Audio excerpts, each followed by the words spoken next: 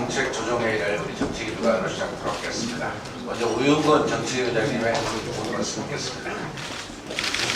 네, 어제 박근혜 대통령께서 세월호 관련해서 상권주의 사법 체계 운운하면서 여야의 협상의 가이드라인까지 제시하는 발언을 하셨습니다. 더 나아가서 국회의원의 세비 반납 운운하는 발언까지 언급을 하셨습니다. 결론적으로 이러한 대통령의 발언이야말로 우리 헌법 정신인 민주주의와 의회주의 정신을 정면으로 거스리는 대단히 위험스러운 발언이라고 하지 않을 수 없을 것입니다. 제왕적 대통령, 또 군림하는 대통령의 모습을 그대로 국민 앞에 드러낸 것이라고 하지 않을 수 없습니다. 이 점과 관련해서는 사무총장님을 비롯한 여러 의원님들의 발언이 이어질 것입니다.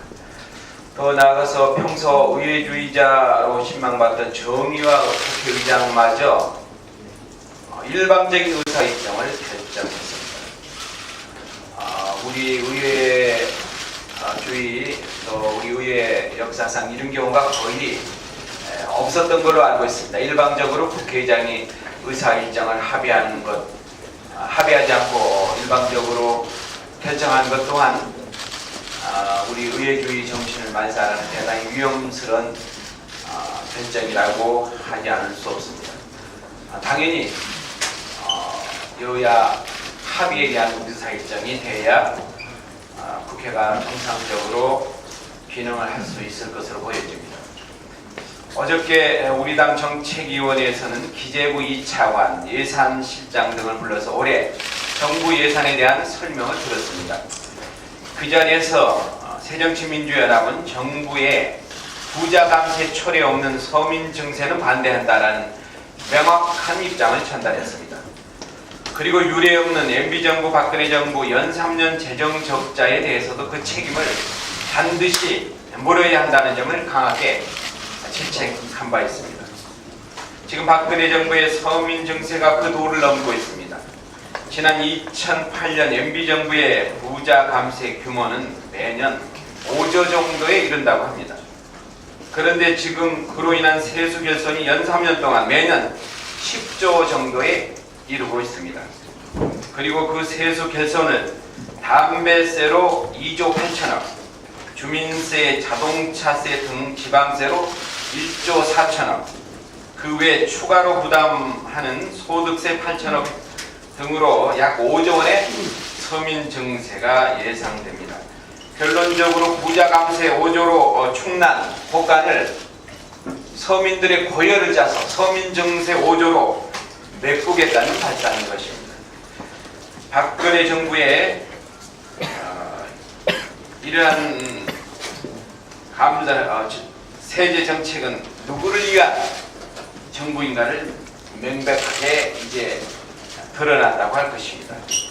우리나라의 간접세가 전체 세수의 약 53%로 2006년에 OECD 평균의 39%에 비하면 간접세 비중이 지나치게 높습니다.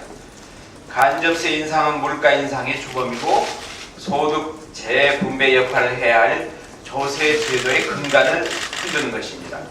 간접세는 서민들이 느끼는 고통이 매우 큽니다. 우리나라 같이 양극화가 심각한 국가에서는 소득 재분배라는 조세 제도의 목적 달성을 위해서는 직접세 비율을 높이는 것이야말로 지극히 정상적인 조세 정책일 것입니다. 소득 역신성이 높아 서민에게 부담이 집중되는 간접세를 통한 세수 확보에는 동의할 수 없습니다. 조세정의 실현을 위해서 또 소득 재분배라는 조세 목적 달성을 위해서라도 부자 감세는 반드시 철회되어야 마땅한 것입니다. 국민의 복지를 위한 정세라면 저희들도 마다할 이유가 없습니다. 하지만 부자 감세로 구멍난 정부의 곳간을 서민들에게 떠넘기는 서민 증세는 결코 동의할 수 없습니다. 이상입니다. 예, 그래서 우리 조정식 사무총장으로부터 대통령 발언에 대해서 말씀드리겠습니다.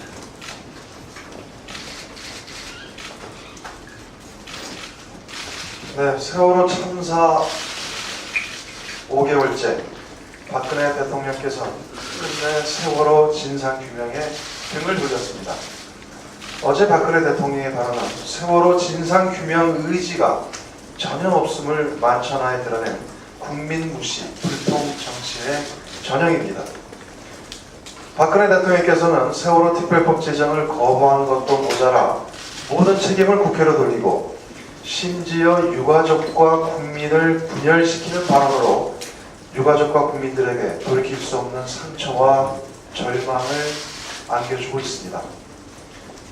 유족들에게 언제든 찾아오라며 눈물을 흘리며 생중계했던 대통령의 약속은 지금 어디로 갔습니까?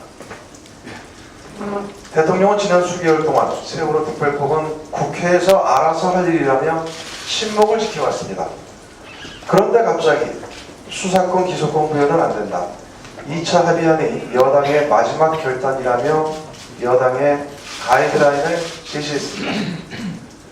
대통령 스스로 말을 뒤집고 야당이 어려운 상황을 틈타서 세월호 특별법 제정을 무산시키려는 의도를 드러낸 것 아닙니까? 박근혜 대통령의 국회 무시 발언도 도를 넘어섰습니다. 세월호 특별법 표류의 책임을 국회와 야당 탓으로 돌리는 것도 모자라서 국민에 대한 의무를 다하지 못한 경우 의무를 반납하고 세비를 돌려드려야 한다고 했습니다.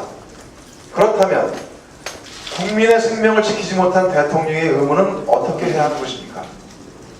박근혜 대통령께서 지금 해야 할 일은 국회를 비난하고 국민을 분열시키는 것이 아니라 대통령 면담을 요구하는 국민을 만나고 철저한 진상규명을 위한 특별법이 조속히 제정될 수 있도록 협력하는 것입니다. 국민의 생명을 지키는 것보다 시급한 민생은 없습니다. 진짜 민생을 걱정하는 대통령과 정부 여당이라면 가짜 민생을 내세워 세월호 진상규명과 새로운 대한민국을 바라는 국민을 겁박하지 말고 유가족의 한을 풀고 국민이 바라는 세월호 특별법이 제정될 수 있도록 책임 있는 안을 마련하길 촉구합니다. 이상입니다. 예, 이어서 우리 김용덕 수석으로부터 의사 일정과 관련된 발언이 있도록 하겠습니다.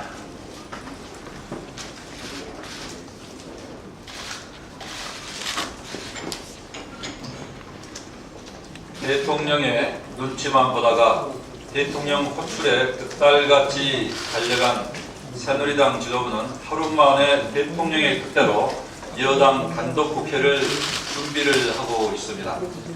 대통령이 여당 지도부에 여당 주도로 민생 법안을 통과시켜 달라고 당부한 것은 어제 아침 국무회의에서의 대통령의 상권 분립 발언을 스스로 부정하는 것입니다.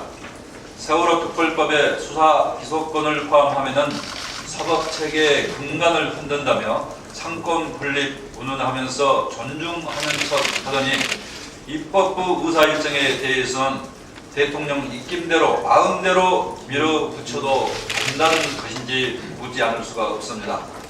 대통령의 여당 주도 민생 법안 통과 당부는 국회 파행을 유도를 하고 직권상정과 날치기를 강요하는 것과 다름이 없습니다. 어제 국회의장이 독단적인 정기국회 의사일정 통보를 강행을 했습니다.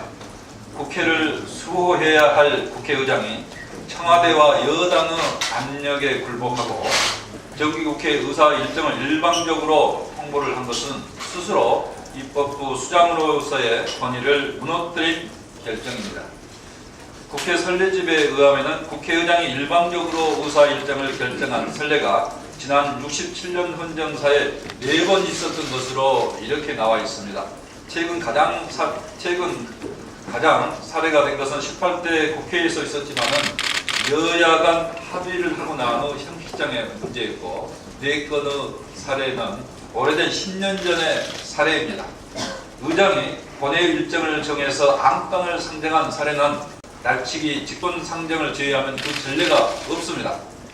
그럼에도 불구하고 만약 국회의장이 여야가 합의하지 않는 정기국회 의사일정을 단독으로 강행을 한다고 하면은 이는 지금까지 그 어떤 직권상정보다도 가장 나쁜 직권상정으로 기록되고 국회의장 국회의장은 헌정사상 가장 나쁜 집권 상정의 선례를 남긴 가장 나쁜 국회의장으로 기록이 될 것입니다. 새정치민주연합은 국회의장의 일방적이고 독단적인 의사일정을 결코 받아들일 수 없습니다. 정기국회를 하행을 시키고 국회 운영을 파국으로 치닫게 하는 의장의 독단적인 의사일정을 당장 철회를 하고 여야 합의에 의한 의사일정을 통해서 국회를 정상화시킬 것을 강력히 촉구합니다. 예. 이어서 우리 윤호중 제2정도위원장으로부터 서민 증세에 대한 말씀을 드리겠습니다.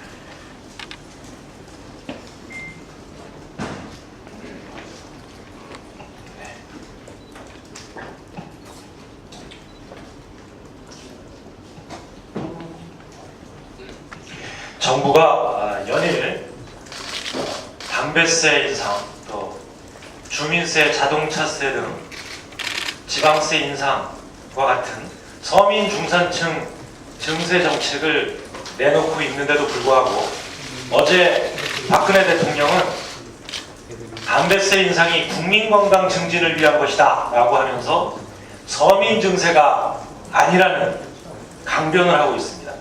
최경환 부총리도 증세 정책으로 전환하지 않는다 라고 이야기하고 있습니다.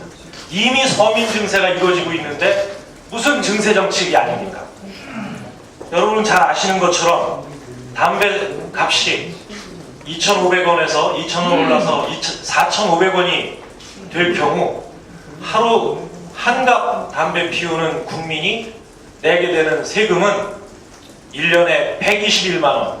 이것은 9억 원짜리 아파트를 가지고 있는 사람이 재산세로 내는 금액과 같고 연봉 5천만 원의 소득자가 내는 소득세와 같은 수준입니다.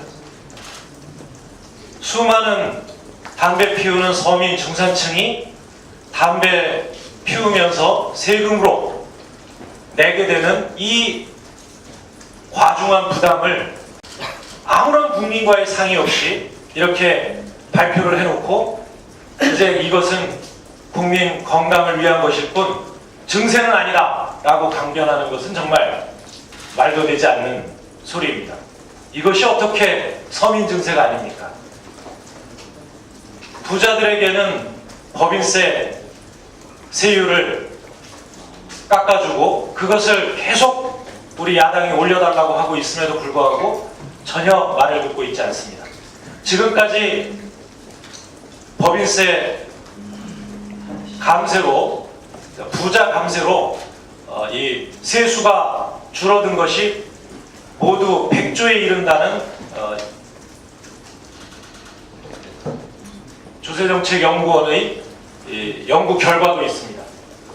이렇게 부자들에게는 세금을 깎아주고 서민 중산층에는 가렴주구를 일삼는 박근혜 정부야말로 반서민 정부다 이렇게 규정할 수밖에 없습니다. 이렇게 부자 감세의 철회 또 법인세의 정상화 없이 막무가내로 일방적으로 진행되는 서민 증세에 대해서는 우리 새정치민주연합이 동의할 수 없고 또 더 나아가 국민적인 조세 저항에 부딪힐 수밖에 없다는 것을 경고하지 않을 수 없습니다. OECD의 거의 모든 선진국들은 이렇게 대규모 세금 인상에 관한 사안에 대해서는 국회뿐만 아니라 사회적 합의기구를 구성해서 거기에서 국민적 합의를 이끌어내는 것이 지금까지의 관례입니다. 가장 가까운 예로 2012년도에 우리 이웃나라인 일본에서는 사회보장과 세의 일체개혁이라고 하는 안에 여야가 합의하였고 그것을 기반으로 사회보장 개혁법을 만들었습니다. 정권이 교체된 이후에도 그 법에 의해서 아베 정부는 총리실에 사회보장 개혁 국민회의라는 것을 만들어서 국민적 합의하에 사회보장 제도의 개선과 증세 정책을 추진하고 있습니다. 그럼에도 불구하고 우리 대한민국 박근혜 정부는 무조건 일방적으로 증세 정책을 발표하고 이것을 다루지 않는 국회에 대해서 민생을 외면하고 있다고 쏘아붙이고 있습니다. 이것이 어떻게 민생입니까? 오히려 민생 악법일 따름입니다. 저는 다시 한번 말씀드립니다만 담배세 인상을 포함해서 모든 서민 증세 법안에 대해서는 우선 여야 그리고 국민이 참여하는 사회적 합의기구에서 국민적 합의로 이것이 추진되어야 한다라고 하는 점을 분명히 하면서 부자 감세의 철회와 법인세 정상화 없이 진행되는 담배세 인상에 대해서 우리 새정치민주연합은 명확한 반대 입장을 가지고 있다는 점을 밝혀드립니다. 이상입니다. 예. 우리 박근혜 정부 들어서 매년 20조의 재정 적자를 나는 것은 이명박 정부의 5년 동안 100조라는 감세의 결과라는 것을 언론지 여러분도 인식해 주시기를 바랍니다. 이 소리 김성주 우리 제3정조위원장으로부터 발언 있겠습니다.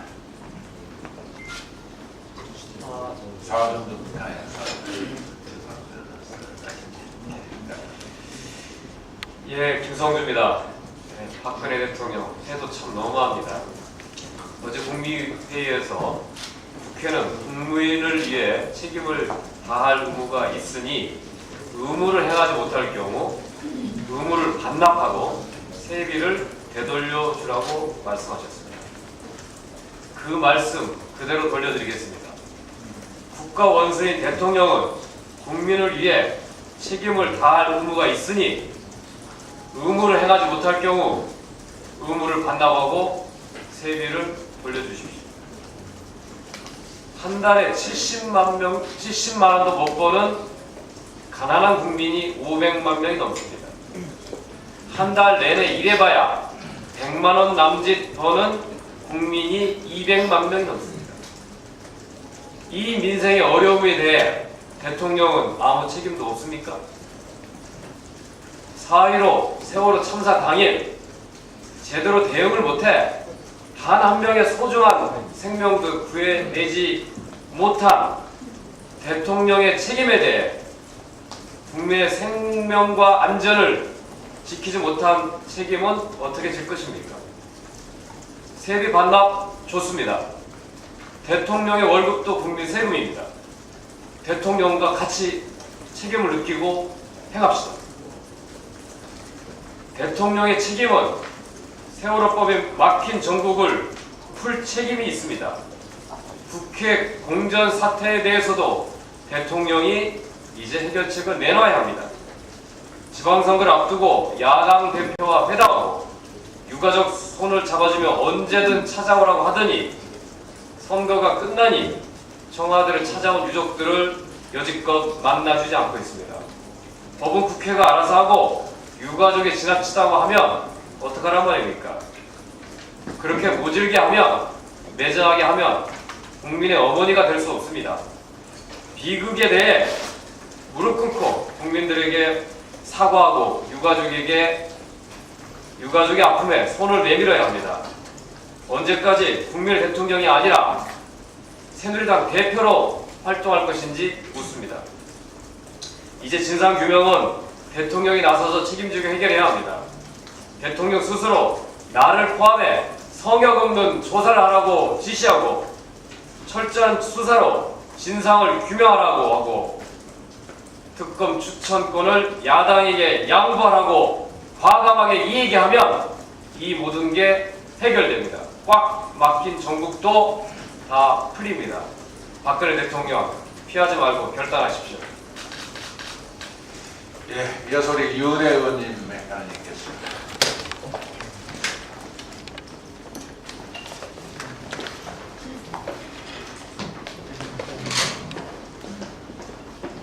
오늘이 155일째입니다. 하루하루 날짜를 셀 때마다 횡목항에서, 광화문에서, 청와대 앞 길바닥에서 모진 세월을 견디고 계신 세월호 유가족들과 국민들께 죄송하고 면목이 없습니다. 어제 박근혜 대통령은 지난 5달 그 그 모진 세월을 불러온 장본인이 바로 대통령 자신임을 확인시켜 주었습니다. 지켜보는 국민이 민망할 정도로 너무나 당당했습니다. 참사에 대한 책임은커녕 유가족들에 대한 미안함, 아니 안쓰러움조차 없었습니다. 국가가 나서서 진실을 밝혀야 한다는 요구에 대해서는 오히려 화를 내고 훈계하고 호령했습니다. 세월호 특별법만의 문제가 아닙니다. 대한민국의 위기, 민주공화국의 위기입니다. 자식 잃은 부모의 절규 앞에 순순히 불순이니 하는 딱지를 붙이고 내 자식이 죽은 이유라도 알아야겠다는 호소를 무참하게 짓밟고 참사의 원인을 규명할 법을 무력화시켰습니다. 이것이야말로 국민의 자존심을 뭉개고 국가의 위상을 추락시키는 일이 아니고 무엇이란 말입니까? 정작 삼권 분립과 사법 체계를 무너뜨리고 있는 것은 대통령이 아닌지 묻습니다. 안전한 대한민국을 만들기 위해서 진상 규명 결단을 하라는 요구에 대해서는 삼권 분립을 방패 삼아서 거부하면서 공개적으로 입법부에는 지침을 하달했습니다. 특정인, 특정 집단이 자기 마음대로 나라를 다스려서는 안 된다는 법치주의를 정면으로 부정하고 조롱하고 있는 것 아닙니까? 대한민국을 혼란과 갈등으로 몰고 가는 것은 세월호 진상규명이 아니라 대통령의 직무유기, 자가당착이라고 볼 수밖에 없습니다. 지금 실종된 것은 대통령이 헌법과 국민 앞에 선서한 대통령의 책무이고 약속입니다. 국가정보기관이 조직적으로 정치 개입 행위를 했고 이 행위가 선거에 영향을 미쳤다는 것이 사실로 확인되었는데 헌법을 수호하고 국기를 세워야 할 대통령은 이런 반구가 없습니다.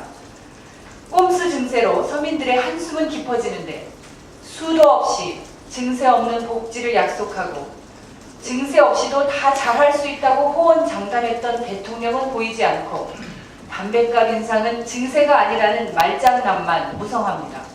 도대체 지금 대통령이 누구를 탓할 때입니까? 누구를 탓할 수 있는 것인지 정말 이해할 수가 없습니다. 대통령은 세월호 참사의 최종 책임은 나에게 있다던 그 말이 거짓이었는지 진상규명에 유족들의 여한이 없도록 하겠다는 약속을 뒤집은 이유가 무엇인지부터 설명해야 합니다. 성역 없는 진상규명이 대통령으로서 할 수 없고 결단을 내릴 일이 아니라면 대통령은 도대체 무엇을 할 수 있는 것인지 그 말씀부터 하셔야 할 것입니다. 신뢰의 위기, 대한민국의 위기, 민주공화국의 위기 앞에서 가장 시급한 것은 대통령의 결단입니다. 대통령의 오판은 나라와 국민의 불행으로 이어진다는 것을 깊이 새겨주실 것을 요청하고 촉구합니다. 이상입니다. 예, 이어서 홍조각 의원님으로부터 우리 적자 재정에 대한 말씀 드리겠습니다. 네, 박근혜 정부 출범 후 2년이 다 되어가는데 경제정책은 아무런 실적을 보이지 않고 실패했습니다. 그 사이 양극화는 심화되었고 서민 경제는 도탄에 빠졌습니다. 재정적자는 아주 심각한 수준입니다. 이명박 정부에서 재정적자가 100조 원에 달합니다. 박근혜 정부 첫년도 재정적자 20조 원이 넘습니다. 금년도도 역시 20조 원이 넘을 거로 예상되고 있습니다. 박근혜 정부 5년이 지나면 아마 사상 최대의 재정적자를 기록하지 않을까 우려하고 있습니다. 재정이 파탄 지경입니다. 그런데 그 모든 부담을 서민들에게 지우려 하는 서민 증세안을 발표하는 것입니다. 있을 수 없는 정책이라고 저희는 생각합니다. 시중에는 박근혜 정부의 경제 정책을 왔다 갔다 하는 근해에 비유하는 근해노믹스라고 부르고 있습니다. 경제 민주화를 공약으로 출범하였으나 곧 폐기하였고 창조 경제 한다고 야당 법석을 떨었으나 아무런 실적을 내지 못하고 있습니다. 그러더니 금년에 들어서는 망국적인 부동산 경기 부양론을 다시 들고 나온 것입니다. 세계화 시대, 기술 진보 시대에 있을 수 없는 경제정책을 들고 나온 전근대적인 경제정책이라 하지 않을 수 없습니다. 그야말로 무능과 무책임한 국정운영의 전형입니다. 최경환 경제부총리께서는 최근 이명박 정부에서 부자 감세를 해서 재벌과 부자에게 세금을 깎아주면 투자가 증가하고 그리고 소비가 증가할 것으로 예상했으나 그렇지 못했다, 이렇게 인정했습니다. 그동안 저희 당이 그렇게 주장을 했지만 정부와 여당은 극구 부인해왔던 사실입니다. 그나마 최경환 부총리께서 현실을 인정했다는 점에서 저희는 전향적인 자세로 평가합니다. 그런데 그러면 그렇게 잘못을 인정했으면 잘못을 바꿔야 되는 거 아니겠습니까? 부자 감세로 인해서 기대했던 효과가 나지 못했다면, 그리고 양극화만 심화시켰다면 부자 감세는 철회해야 마땅한 것입니다. 그런데 이 박근혜 정부의 경제정책, 조세정책 지금 어떻습니까? 재벌과 슈퍼부자에 대한 감세 철회는 하지 않은 채 재벌과 슈퍼부자는 매년 조세 논의를 할 때마다 성역으로 남겨놓습니다. 저희 새정치민주연합이 부자 감세 철회하자고 하자면 항상 극구 저항하는 것이 정부와 여당 아닙니까? 그러던 정부 여당이 지금 서민 증세안을 들고 나온 것입니다. 작년도에는 400만 명에 달하는 근로소득자의 소득세를 인상했습니다. 인지세, 심지어는 폐지 할머니가 내는 부가가치세를 올리기 위해서 노력했습니다. 금년도에는 세금무대 종합저축을 폐지하고 담배세, 주민세, 자동차세 등 그야말로 전방위적으로 서민 증세안을 들고 나오고 있는 것입니다. 결국 이명박 정부서부터 지금까지 종합적으로 살펴보면 부자 감세로 인한 재정 파탄을 서민들에게 그 부담을 지워서 메꿔버리는 것입니다. 시점만 다를 뿐 결국은 서민을 쥐어짜서 그 돈으로 재벌, 슈퍼부자, 고액 자산가를 지원하는 격입니다. 역사적으로도 세계적으로도 찾아볼 수 없는, 그야말로 유례가 없는, 어처구니 없는 경제정책이 아닐 수 없습니다.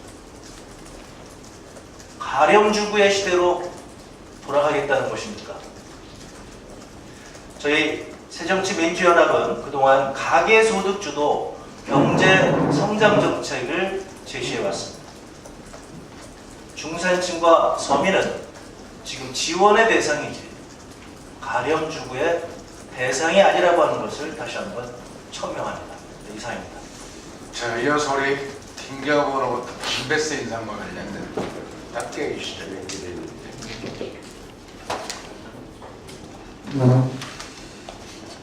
소주와 담배는 서민이 애용하는 것 아닌가. 가격 인상에 대해서 국민이 절망하고 있다.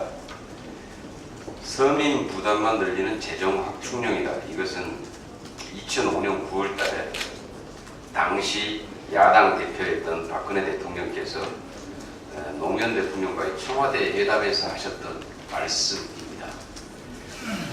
그 말씀을 다시 한번 상기를 하셨으면 하고요. 아까 담배세 관련해서 정세가 아니다, 국민의 건강을 위해서다 이렇게 주장을 하고 있는데, 정말 국민의 건강을 위해서라면 담배를 마약으로 분류하고 아예 제조, 판매, 유통을 금지시키는 게 아마 나은 방법이라고 생각을 합니다. 그렇지 않고 지금 담배세를 실질적으로 114.1%를 증세하면서 이것은 증세가 아니라는 주장은 누구도 인정할 수 없을 것입니다. 10대 기업의 법인세, 실효세율이 13%로 떨어져 있습니다. 지금 법인세율이 22%인데요. 중소기업 세금보다 훨씬 세율보다 실효세율이 더 낮습니다. 부자 감세의 효과입니다. 이렇게 부자 감세로 해서 부족한 재정을 서민 호르몬이 털어서 메꾸려는 발상이다. 이렇게 볼 수밖에 없습니다. 부자 감세 처리 없이 서민 세금 폭탄 절대로 안 된다 이렇게 말씀드립니다. 이상입니다. 예. 우리 그다음 민홍철 의원님. 예. 민홍. 지난 9월 12일 원세훈 전 원장에 대한 1심 판결이 내려진 이후 법원과 검찰을 향한 비판의 목소리가 연일 거세져가고 있습니다. 상식적으로 이해가 되지 않는 판결에 대해서 현직 부장판사는 법치주의는 죽었다라며 공개적으로 목소리 높여 비판에 나서고 있고, 법학 교수뿐만 아니라 시민사회단체와 종교계까지 나서서 이번 판결이 상식적, 법치적으로 맞지 않고 민주주의에 역행하는 정치적 판결이라며 강하게 질타하고 있습니다. 대선 무렵부터 이번 판결에 이르기까지 숱한 오해와 방해 공작들은 이루 헤아릴 수 없었습니다. 결국 진실과 정의는 사라졌고 거짓과 불의만이 난무했습니다. 지난해 6월 수사검찰에 대해서 선거법 적용은 하지 말라는 법무부 장관의 압력과 검찰총장에 대한 불법 사찰과 총장 찍어내기 논란으로 이어졌습니다. 수사팀을 향한 각종 방해 공작과 징계, 압박 등은 진실을 두려워하는 어둠의 장막이자 보이지 않는 손이었습니다. 결국 정치권 눈치 보기에만 급급한 교체된 수사팀에 의한 사건 기소는 진실과는 너무나 동떨어졌고, 이번 사건 기소 과정에서 드러난 검찰의 무능과 무책임으로 점철되면서 결국 예고된 불행이 펼쳐졌습니다. 검찰은 여느 사건과 달리 이렇게까지 항소를 주저하는 이유가 정치 권력의 눈치 보기가 아니라면 행동에 즉각 옮겨야 합니다. 검찰의 소임은 범죄 사실에 대해 증거를 밝히고 관련법에 의거 기소하는 지극히 상식적인 일입니다. 그런데 민주주의를 훼손하고 정당한 권력을 위협하고 사법 질서를 물랑케 하는 사건에 대한 검찰의 항소가 이렇게 늦는 것은 국민 상식상 도저히 이해가 안 됩니다. 검찰이 권력의 신여라는 오명을 벗기 위해서는 즉각적 항소와 한 점 의혹도 남기지 않는 철저한 수사로 사건의 진실을 밝혀야 합니다. 다시 한번 검찰의 즉각적인 항소를 촉구합니다. 이상입니다.